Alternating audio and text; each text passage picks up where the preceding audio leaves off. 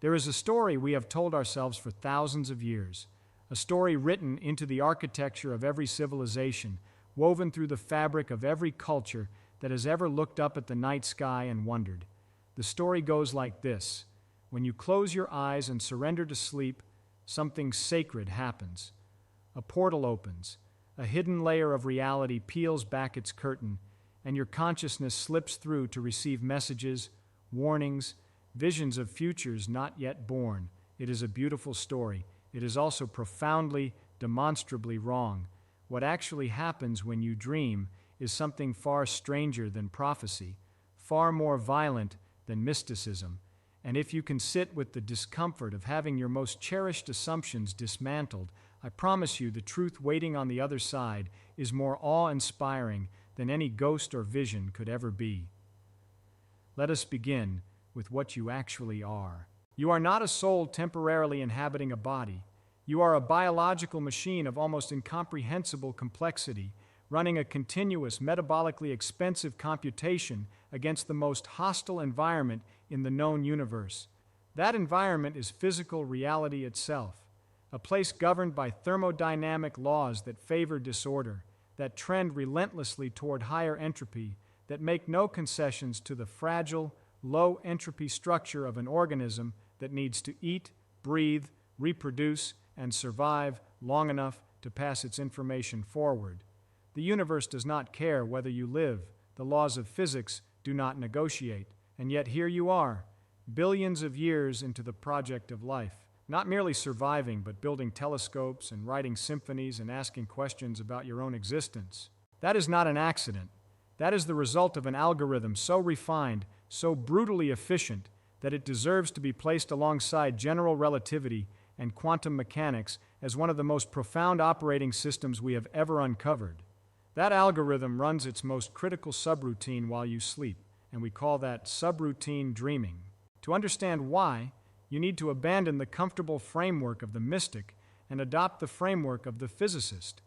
Imagine a spacecraft, not a sleek cinematic vessel gliding through empty space, but a fragile biological ship navigating a dense and chaotic asteroid field at speed in near total darkness, with no map and no guaranteed safe corridor.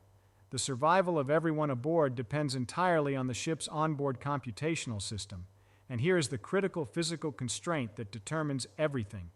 The asteroids are moving faster than the reaction time of any purely passive sensor system. By the time light from an incoming rock reaches the detector, calculates the trajectory, and sends a correction to the navigation system, the collision has already happened. A reactive system, no matter how sensitive, is thermodynamically too slow. The only way to survive is to predict. The ship's computer must run internal simulations, constantly millions of iterations per second, mathematically projecting the probable positions of objects that have not yet entered the sensor field. It must model futures that do not yet exist, assign probability weights to thousands of simultaneous trajectories, and pre-position the navigation response before the threat materializes. This is not science fiction. This is precisely the computational architecture your brain has evolved to perform. And the biological cost of running that simulation engine continuously, while also processing the full thermodynamic storm of the waking sensory environment, is simply too high. The organism would burn out within days. So evolution did something elegant and ruthless. It carved out a period of enforced sensory isolation and called it sleep. And during that isolation, the simulation engine does not rest. It runs hotter than ever. Now let us go deeper into the physics of that process. Because the first profound truth here is thermodynamic, and it concerns the nature of sensory input itself. The waking world is not a stream of clean, organized information. It is a catastrophic flood of high-entropy data. Every second your eyes are open, roughly 10 million bits of raw sensory information crash against the neural architecture of your visual cortex. Sound, pressure, temperature, motion, chemical signals, proprioceptive feedback from every joint and muscle in your body, all of it arriving simultaneously, all of it requiring metabolic energy to filter, compress, and encode into something the brain can actually use. The thermodynamic cost of this filtering operation is immense. Your brain, which constitutes roughly 2% of your body mass, consumes nearly 20% of your total energy budget at rest. Awake and fully engaged, that figure climbs sharply. The organism is running close to thermal capacity. Sleep solves this by forcing a mechanical disconnection. During the descent into sleep, the thalamus, the brain's central relay station, physically gates the flow of sensory signals into the cortex. The external data stream does not slow down. It is cut. What remains is the internal architecture of the brain, operating now in a closed system, free from the entropic pressure of external input. And in that closed system, the neural networks begin the work that waking life does not permit. They take the raw, disorganized memories of the day, the high-entropy fragments of experience, and they begin compressing them, reorganizing them, stripping away the irrelevant variables, and distilling the underlying mathematical patterns into something far more computationally efficient, a predictive model. The brain is not filing memories the way you might file papers in a drawer. It is rewriting its own probability matrices. It is updating the physics engine with new data, refining its forecast of what the world is likely to do next. This is the first truth. The dream state is a thermodynamic necessity, a metabolic strategy for maintaining a low-entropy computational system against the relentless pressure of a high-entropy universe. The second profound truth concerns the mechanics of the simulation itself, and this is where the story becomes genuinely terrifying in its elegance. During REM sleep, the phase of sleep most strongly associated with vivid dreaming, something remarkable happens to your motor neurons. They fire. Not randomly, not faintly, but with the full organized activation patterns of a brain engaged in physical action. Your visual cortex generates images. Your motor cortex sends movement commands. Your emotional centers light up with the same metabolic intensity as a waking response to genuine threat. The only thing preventing you from physically acting out every movement in your dream is a targeted chemical suppression of your spinal motor pathways, a biological circuit breaker that evolution had to develop precisely because the simulation became so accurate that the body kept trying to respond to it. Let that land for a moment.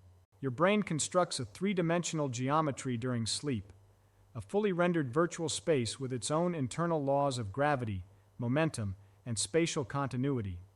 Objects in your dreams have weight and velocity. Surfaces have texture and resistance. Your own body in the dream has mass and inertia. The simulation is not a film you are watching. It is a physics engine you are inhabiting, and it operates with sufficient fidelity that your motor cortex cannot distinguish it from physical reality without chemical intervention. This is not the brain reminiscing. This is the brain calculating. It is running test scenarios against its updated predictive models, stress testing its probability forecasts against virtualized physical environments, and refining its anticipated responses to threat geometries it has not yet encountered. The creature that wakes up after 8 hours of this process is computationally superior to the creature that went to sleep. Its spatial reasoning is sharper. Its threat assessment algorithms have been recalibrated. Its physics engine has been updated with the latest data and validated against millions of simulated scenarios, all without exposing the fragile biological hardware to the thermodynamic risk of actual physical trial and error. The nightmare is not a malfunction. It is the system running worst-case scenarios at maximum fidelity. It is the asteroid field simulation pushed to its most catastrophic parameter settings, specifically to ensure that the navigation system has been tested against conditions that would otherwise destroy the ship on first contact. The fear you feel in a nightmare is the system confirming that the threat response circuits are functioning at full operational intensity. It is calibration through simulated catastrophe. The third truth is the most philosophically vertiginous, and it concerns the arrow of time. Physics tells us that time has a preferred direction. The second law of thermodynamics dictates that entropy increases in a closed system. Disorder accumulates. The past is the region of lower entropy, the future the region of higher entropy, and the arrow of time points from one to the other with no possibility of reversal. You exist at a single moving point on that arrow, perpetually displaced from both your past and your future, with access only to the thin computational window of the present moment. And yet, the organism cannot function in only the present. A brain that processes only what is directly in front of it, with no anticipatory model of what comes next, would be thermodynamically obliterated in milliseconds. The hostile universe moves too fast. The only viable biological strategy is prediction. Constant, automatic, metabolically expensive prediction of the next immediate moment and the moment after that, and the trajectory of every object and organism in the perceptual field, assembled from the compressed statistical patterns of every prior moment the brain has ever processed. This means that what you experience as the present is actually a slightly forward-projected computation, a controlled hallucination assembled by your predictive engine from past data and running approximately half a second ahead of raw sensory input to give the nervous system time to respond. You are never experiencing the world as it is. You are experiencing the brain's most recent probability forecast of what the world is about to be. Dreams make this architecture visible. They strip away the external sensory data that normally anchors the prediction to physical reality, and what remains is the prediction engine itself, running unmoored, constructing futures from pure statistical extrapolation. The dream world feels real because it is built from the same computational machinery that builds your waking perception of reality. The physics of your dream space is internally consistent because your brain is using its genuine physics model to construct it. The people in your dreams behave with psychological plausibility because your brain is running its genuine social prediction algorithms to simulate them. You are not visiting another dimension when you dream. You are watching your own brain forecast the future from the inside. And here is where the genuine wonder begins, not the wonder of mysticism, which asks you to abandon the mechanics for the metaphor, but the deeper, harder, colder wonder of understanding what you actually are. You are a physical system that has, through billions of years of thermodynamic selection pressure, evolved a biological supercomputer capable of building internal models of four-dimensional space-time, stress-testing those models against simulated catastrophe, updating its probability matrices nightly, and sending a refined predictive engine back into the asteroid field every morning. The human brain does not merely respond to the universe, it simulates the universe. It holds a running computational copy of physical reality inside 3 pounds of electrochemical tissue, and it uses that copy to fight the arrow of time, to push back against entropy, to maintain the improbable low-entropy structure of a living, thinking organism in a cosmos that is always trending toward disorder. The stars do not dream. The oceans do not dream. Rocks and planets and clouds of interstellar gas do not dream. But you do, because somewhere in the long, violent, unplanned history of biological evolution, a nervous system crossed a computational threshold where the internal simulation became sophisticated enough to model futures that had not yet occurred. And that crossing was not a miracle. It was a phase transition, a moment when the complexity of the system became sufficient to fold the arrow of time back on itself in a purely computational sense, to reach forward along the temporal axis and grasp at probable futures before they arrived. That is what is happening behind your closed eyes. Not prophecy, not a message from another world, a physics engine running at full capacity, navigating the darkness, plotting trajectories, refusing to let entropy win without a fight. The universe has no obligation to produce minds capable of modeling it. The laws of physics contain no clause requiring that matter eventually organize itself into structures that can dream. And yet here we are, biological machines running predictive simulations of space-time inside our own skulls every night with a precision that no human-engineered computer has yet matched per unit of metabolic energy. There is a weight to that fact, a kind of profound structural beauty that does not require embellishment, that does not need the vocabulary of the supernatural to feel staggering. The next time you wake from a dream, disoriented and reaching for the dissolving edges of a world that felt more vivid than this one, do not search for hidden meaning. Instead, sit for a moment with the more unsettling and magnificent truth. Your brain just spent hours running the most sophisticated physics simulation in the known universe. It tested you against futures that have not arrived. It recalibrated your probability engine with the precision of an instrument designed by 4 billion years of thermodynamic pressure. And it sent you back into the asteroid field better equipped than when you closed your eyes. That is not magic.